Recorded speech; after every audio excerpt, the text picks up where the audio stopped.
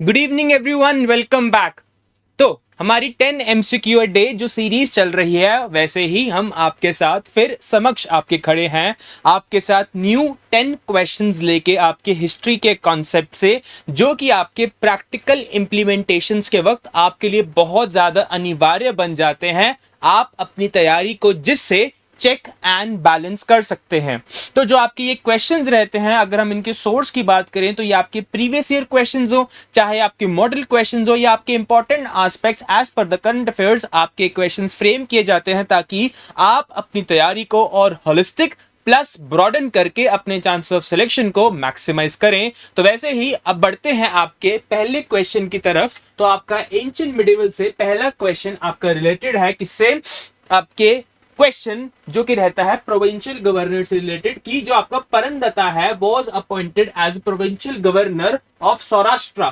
ठीक है जी। तो ये आपके जो पर्सन थे, ये किसके द्वारा आपके अपॉइंट किए गए थे? आपके सामने चार ऑप्शंस हैं: चंद्रगुप्त मौर्य के द्वारा, रुद्रदमन के द्वारा, स्कंदगुप्ता के द्वारा, या चंद्रगुप्ता टू के द्वारा। अब हमें पता है कि आपके जो रुद्रदमन है ये आपके पल्लवा से रिलेटेड है, चंद्रगुप्ता मौर्य आपके रिलेटेड है किससे, ये आप मुझे कमेंट बॉक्स में बताएं। और जो आपके चंद्रगुप्ता टू है और स्कंदगुप्ता है, ये आपके रिलेटेड है गुप्ता एम्पायर से। ठीक है जी। तो आपको बताना है कि जो परंदत्ता है ये आपके प्रोविंशियल गवर्नर किसके द्वारा अपॉइंट किए गए थे। अब यहाँ बहुत ज्यादा चीजें एक इंपॉर्टेंट एस्पेक्ट प्ले करती हैं, जिसको हमें अपने दिमाग में फ्रेम में रखना है जब हम इस क्वेश्चन को अटेम्प्ट करते हैं। अब मुझे दिमाग में रखना है कि सौराष्ट्र जैसी बाउंड्री इनमें से किस राजा के अंडर थी और किसने उस गवर्नर को अपॉइंट किया। दूसरा इंपॉर्टेंट कीवर्ड क्या आता है कि परंदत्ता आपके कौन थे, क्या मैंने इनके बारे में पढ़ा है हिस्ट्री में। प्लस आपका जो सौराष्ट्र है वो कौन सा इंपॉर्टेंट किंगडम या इस वक्त ये हिस्ट्री में कंसीडर किया जा रहा है। ऐसी दो तीन एस्पेक्ट्स को आपको अपने दिमाग में चिंतन करना है, तभी आप सही आंसर की तरफ बढ़ सकते हैं। तो इसका सही आंसर आपका बनता है दैट इज स्कंदगुप्ता। ठीक है जी। तो ये आपके राजा रहते हैं जो परंदत्ता को आपका गवर्नर अपॉइंट करते हैं। चलिए जी, अगला क्वेश्चन आपका रिलेटेड रहने वाला है पल्लवा किंग से। तो पल्लवा किंग में आपकी गिवन है कि इसमें से आपका एक फेमस रहता है मटाविसला प्रसना। मटाविसला प्रसना आपका किसके द्वारा लिखा गया था? हिंट मैं आपको देता हूं कि it is a very famous Sanskrit. पहली बात तो कौन सी लैंग्वेज में है? संस्कृत। वन एक्ट प्ले रहता है आपका ये। तो इसमें से किस आपके राजा ने इसका लिखा था? तो आपको बताना है सही ऑप्शन संस्कृत लैंग्वेज के अंदर था। हिंट मैंने आपको दे दिया है, प्लस आपके सामने एक और हिंट है कि आपको बताना है कि पल्लवा किंग्स में से आपके ये रहते हैं। तो आपको बताना है इसमें से सही आंसर क्या बनता है। हाँ जी। तो आपको बताना है इसमें से जो आपके महेंद्र वर्मन वन है, नरसिम्हा वर्मन टू, या परमेश्वर वर्मन। तो आपको बताना है सही ऑप्शन क्या है। तो सही ऑप्शन आपका जो ये संस्कृत वन एक्ट प्ले रहता है मटाविसला प्रसना के नाम से, वो लिखा गया था महेंद्र वर्मन वन जी के द्वारा।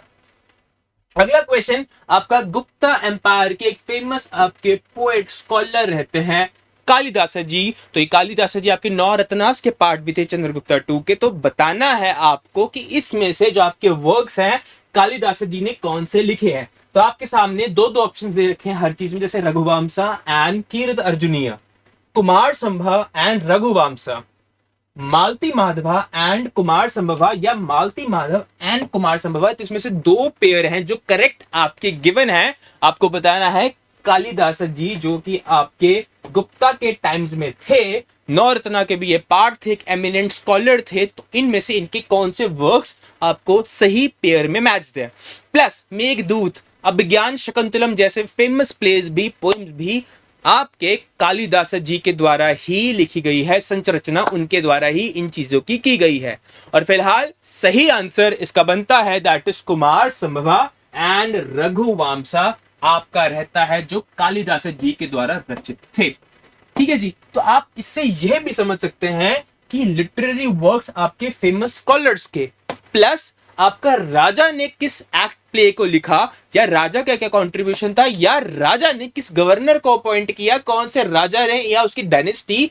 ऐसे क्वेश्चंस भी आपसे पूछे जा सकते हैं। फिलहाल बढ़ते हैं आपके अगले क्वेश्चन की तरफ, और क्वेश्चन गिवन है कि आपका कीवर्ड क्या है कि जो सिल्वर कॉइन्स थे इनमें से कौन सा राजा, which of the following kings carried portraits and bilingual legends, आपका which were inspired by क्षत्र types। तो क्षत्र टाइप्स जो आपकी रहती है, जो आपके सिल्वर कॉइन्स थे जो कि कैरी किए जाते थे, पोर्ट्रेट्स और बाइलिंगुअल लेजेंड्स, आपके जो इंस्पायर्ड थे किससे, क्षत्र टाइप से। ये आपके कौन सी डायनेस्टी कैरी करती थी, सतवाहनास, कुशन्स, गुप्तास या मौर्यास। ठीक है जी। अगर आपको क्वेश्चन कंफ्यूजन है तो आप दोबारा पढ़ सकते हैं कि आपके silver coins which one among the following Kings carried portraits plus bilingual legends, और वो किससे इंस्पायर्ड थे, आपके क्षत्रप टाइप से ये इन्फ्लुएंस थे। तो आपको बताना है सही ऑप्शन। हिंट आपके लिए, चलिए मैं बता देता हूं। ये पहली डायनेस्टी थी जिन्होंने ब्राह्मण्स को आपकी लैंड ग्रांट्स में दी थी। ये आपके लिए हिंट है, और एक तरह का की फैक्ट भी है कि इनमें से डायनेस्टी थी जिन्होंने ब्राह्मण्स को पहली बार लैंड ग्रांट्स दी थी। तो आपका सही ऑप्शन बनता है दैट इज द सतवाहनास। तो सतवाहनास और अमरावती स्कूल से भी इनका बहुत ज्यादा रिलेशन है। जब हम बुद्धिस्ट की पढ़ते हैं, चाहे वो मथुरा है, चाहे आपका गंधारा है, प्लस हम आपका अमरावती या अमरी स्कूल ऑफ आर्ट जब पढ़ते हैं, तो सतवाहनास का वहां बहुत ज्यादा कॉन्ट्रीब्यूशन है। और आपको पता है कि जो सतवाहनास है वो हीनयाना और आपका महायाना दोनों को प्रमोट करते हैं, प्लस से हिंदुज्म के भी इतने टॉलरेंट होते हैं। सतवाहनास का कंट्रीब्यूशन हम देखेंगे तो आपको देखने को मिलता है सांची स्तूपा तक के अंदर। तो सतवाहनास आपके लिए बहुत ज्यादा इंपॉर्टेंट सिग्निफिकेंट किंगडम बनता है। और साथ में ये क्वेश्चन, तो आपका सही answer silver coins which were among the following Kings carried, वो कौन थे, आपके सतवाहनास। चलिए अगला क्वेश्चन आपका आ जाता है मिडिवल इंडिया के अंडर से। तो आपका who was the sultan of Delhi sultanate when Timur invaded in India in 1398, 1398 के अंदर आपकी कौन सी डायनेस्टी या कौन सा राजा एग्जिस्टिंग है, तुगलक्स, खिलजीज, आराम शाह या घियासुद्दीन बलबन। तो घियासुद्दीन बलबन आप सबको पता है कि ये किससे हैं, ये आपकी इलबारी 2 से बिलोंग करते हैं। उसके बाद मोहम्मद शाह तुगलक, तुगलक डायनेस्टी से जलालुद्दीन फिरोज खिलजी, खिलजी से और आराम शाह। तो आपको बताना है सही ऑप्शन। इसका मतलब यह भी पता चलता है कि जब इंपॉर्टेंट हिस्ट्री में इवेंट हो रहा है तो आपको पता होना चाहिए कि उस वक्त इंडिया भारतवर्ष में कौन सी डायनेस्टी एग्जिस्टिंग है, या क्या उस वक्त पॉलिटिकल इकोनॉमिक स्ट्रक्चर्स हैं आपके इंडिया के अंदर। ठीक है जी। अब क्वेश्चन एक और भी आता है कि जब तैमूर जाता है उसके बाद वो किसको यहां छोड़ के जाता है, जो कि आपका अलग डायनेस्टी बनाते हैं, जो कि सैयद डायनेस्टी के नाम से जानते हैं, कौन राजा रहते हैं, और उसके बाद कैसे आपके वापस दिल्ली सल्तनत में कब्जा करते हैं, लोधीज। ठीक है जी। तो फिलहाल इसका आंसर कि जब तैमूर की इन्वेजन हो रही है 1398 में, तो आपके मोहम्मद शाह तुगलक उस वक्त एग्जिस्टिंग है। अगला आता है आपका कि Hasan Nizami and Fakhr e Mudabbir were the court poets इनमें से ऑफ द मामलक सल्तनत। ठीक है जी। तो आपको बताना है कि कौन से आपके जो राजा हैं, या ये क्वीन का नाम है रजिया सुल्तान, तो इस वक्त ये किसके दरबार में बैठा करते थे। क्योंकि जो मामलक्स हैं जिनको आप स्लेव डायनेस्टी के नाम से भी जानते हैं, तो आपके कुतुबुद्दीन ऐबक हो, चाहे वो इल्तुतमिश हो, चाहे वो बलबन हो, चाहे वो उनकी सपुत्री हो आपकी रजिया जो कि इल्तुतमिश की बेटी थी, तो ये आपकी मामलक्स या स्लेव डायनेस्टी के ही थे। ठीक है जी। तो अब बोला गया, स्पेसिफाई कर दिया गया है कि जो हसन नज़ामी और जो ये पोएट्स हैं आपके फख्र मुदब्बिर, ये आपके किस मतलब कि राजा के दरबार के पोएट्स थे। ठीक है जी। आपको बताना है कि ये किसके आपके दरबार के पोएट्स थे, और ये चारों आपके हैं किसकी, मामलक डायनेस्टी से ही, स्लेव डायनेस्टी से ही बिलोंग करते हैं। ठीक है जी। तो सही आंसर आपका बनता है इस क्वेश्चन का कुतुबुद्दीन ऐबक, जो कि मोहम्मद गौरी के स्लेव थे। मोहम्मद गौरी की जब सिविल वॉर होती है, मोहम्मद गौरी वहां जाते हैं, उनका निधन हो जाता है, और इसको देखते हुए सत्ता संभालते हैं कौन, कुतुबुद्दीन ऐबक। ठीक है जी। चलिए जी, अगला क्वेश्चन आपका है, ये बहुत ही एक सिंपल क्वेश्चन रहने वाला है। इसके ऊपर तो मूवी भी हमने देखी है, दैट इज आपकी जो पद्मावत पोएम रहती है, ये आपकी किसके द्वारा लिखी गई थी। अब इस क्वेश्चन को इंटेंस कैसे बनाते हैं कि ये जो पोएट्स हैं, ये क्वेश्चन आपके लिए होमवर्क है, जो पोएट है जिसका सही आंसर जिसने पद्मावत लिखी है, वो किसका कोर्ट पोएट था। ठीक है जी। मैंने क्वेश्चन क्या बोला अभी तो बताएंगे हम कि कोर्ट पोएट कौन है जिन्होंने पद्मावत लिखी है। मैंने पूछा है कि ये जो पद्मावत जिन्होंने लिखी है, कौन आपकी जो पर्सनालिटी है वो किसके कोर्ट पोएट थे, तो आपको ये बताना है।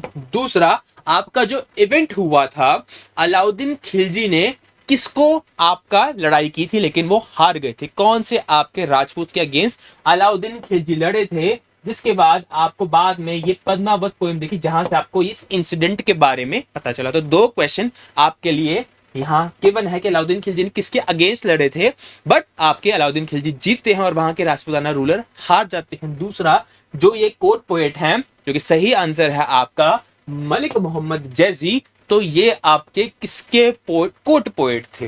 ठीक है जी, सही आंसर पद्मावत आपकी जो पोएम है वो लिखी है मलिक मोहम्मद जैजी जी ने। और अगला क्वेश्चन आपका अलाउद्दीन खिलजी के टाइम से है कि जो दीवान ए रियासत थी आपकी, ये किस पर्पस के लिए थी? क्या ये रेवेन्यू कलेक्शन के लिए थी, ये आपका civil court operation, tax control, या ये मार्केट कंट्रोल के लिए थी? देखिए, अगर आपने अलाउद्दीन खिलजी को बहुत अच्छी तरीके से पढ़ा है तो आपको पता है कि जब अलाउद्दीन खिलजी बनते हैं, आपके अपने जो ससुर रहते हैं उनको हरा के, उनकी मृत्यु मतलब उनको मर्डर करके जब वो बनते हैं जलालुद्दीन खिलजी का जब वो मर्डर करते हैं, अलाउद्दीन खिलजी बनते हैं आपके अगले किसके, दिल्ली सुल्तान। तो जब वो दिल्ली सुल्तान बनते हैं, बहुत सारे नोबल स्लेव्स उनके अगेंस्ट उठते हैं, जैसे आपके जलालुद्दीन खिलजी के भी, और साथ में पिछले जो बलबन और इल्तुतमिश के चल रहे हैं। तो उन्होंने पहले उनको गोल्ड देके चुप करवाया और उनको बोला आओ मेरा साथ दो, हम पूरे भारत का भ्रमण करते हैं और आपके अलग अलग जगह जाके हम किंगडम्स को कॉन्क्वेर करते हैं और अपनी सुजरैनिटी, अपना वर्चस्व, अपना सुल्तान दिल्ली का जो परचम है वो फहरा के आते हैं। तो जब ये सब करके आते हैं, उसके बाद अब जो रहते हैं अलाउद्दीन खिलजी, वो कुछ रिस्ट्रिक्टिव आपके स्टेप्स लेते हैं, कुछ कंस्ट्रक्टिव भी रहते हैं, कुछ बैकलैश भी होते हैं। वो किसके लिए? ताकि वो अपनी एमिनेंस को, वो अपने पॉलिटिकल किंगडम को और वो अपने इकोनॉमिक सिस्टम को स्ट्रांग बना सके। जैसे उन्होंने बोला कि आज से नोबल्स आपस में शादी नहीं करेंगे, जितनी भी ये वाइन्स पीते हैं, ये पार्टीज करते हैं, ये एंगेजमेंट्स करते हैं, सब बंद करो, क्योंकि ये इकट्ठे होते हैं, कॉन्स्पिरेसी करते हैं और ये दिल्ली सुल्तान को हटाने की साजिश रचते हैं। साथ में इन्होंने बोला कि मैंने एक आर्मी मेंटेन करनी है मिनिमम कॉस्ट के ऊपर, तो ये आपके प्राइसेस फिक्स करेंगे कमोडिटीज के, मार्केट के अंदर अपने स्पाइस भेजेंगे ताकि पता चले जो आपका ब्लैक मार्केटिंग कर रहा है, ताकि होर्डिंग ऑफ ग्रेन्स ना हो सके और आपके रेगुलर प्राइसेस मेंटेन रख सके। तो ऐसे स्टेप्स, चाहे पॉलिटिकल हो चाहे इकोनॉमिक हो, जैसे इन्होंने हॉर्स की ब्रांडिंग शुरू की थी, जिसे दाग सिस्टम कहते हैं, आर्मी के जो सोल्जर्स होते हैं उनकी रिक्रूटमेंट के लिए चेहरा सिस्टम इन्होंने हुलिया इंट्रोड्यूस किया ताकि आपका फेक रजिस्ट्रेशन ना हो सके।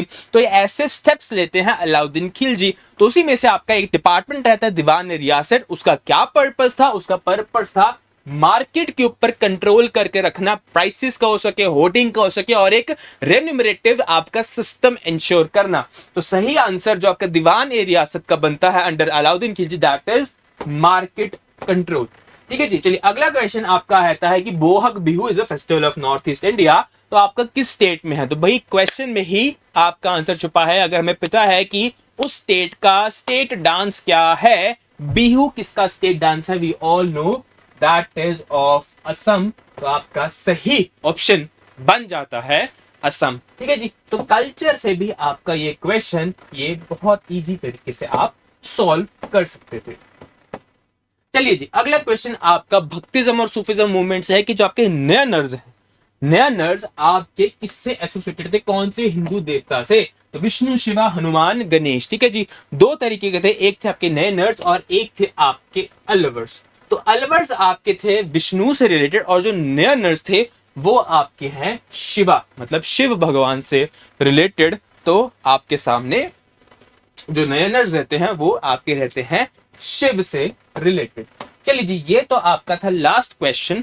तो अब आपके सामने अगर आप आज की पूरी क्लास को समझें तो भक्तिज्म चाहे सूफिज्म हो, कल्चर एस्पेक्ट हो, आपका अलाउद्दीन खिलजी के जो स्टेप्स हैं उन्होंने लिए थे, पोएम्स के बारे में किसने कौन सी पोएम लिखी, आपका किस सुल्तान के अंडर कौन से कोर्ट पोएट्स प्रेजेंट थे, प्लस आपका कौन राजा था जब आपकी तैमूर की इन्वेजन हुई, किसने आपकी इंस्पिरेशन लेके आपके इस तरीके के कॉइन्स रखे, प्लस आपका कालिदासा के वर्क्स से रिलेटेड हो, चाहे किस राजा ने क्या आपका प्ले लिखा, एंड आपका क्वेश्चन जो स्टार्ट किए थे कि किस राजा ने किस गवर्नर को अपॉइंट किया।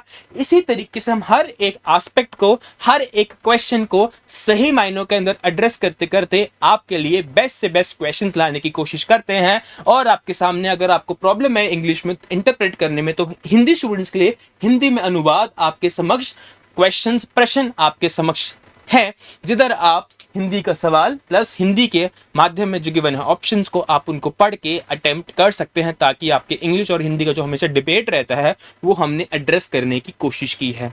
आने वाले टाइम के अंदर चाहे आपकी हिस्ट्री हो, इकोनॉमी हो, या और आपके टॉपिक से रिलेटेड अपडेट्स, करंट अफेयर्स के हम आपके साथ जरूर जुड़ेंगे। टेलीग्राम चैनल का लिंक डिस्क्रिप्शन बॉक्स में दे रखा है, जरूर जाकर टेलीग्राम चैनल को सब्सक्राइब कीजिए, जो कि हमारे पर्टिकुलरली ईपीएफओ, एपीएफसी और एओईओ के लिए है।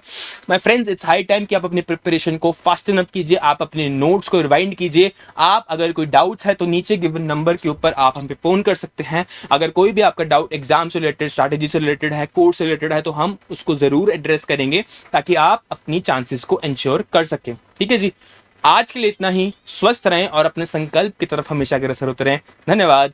जय हिंद।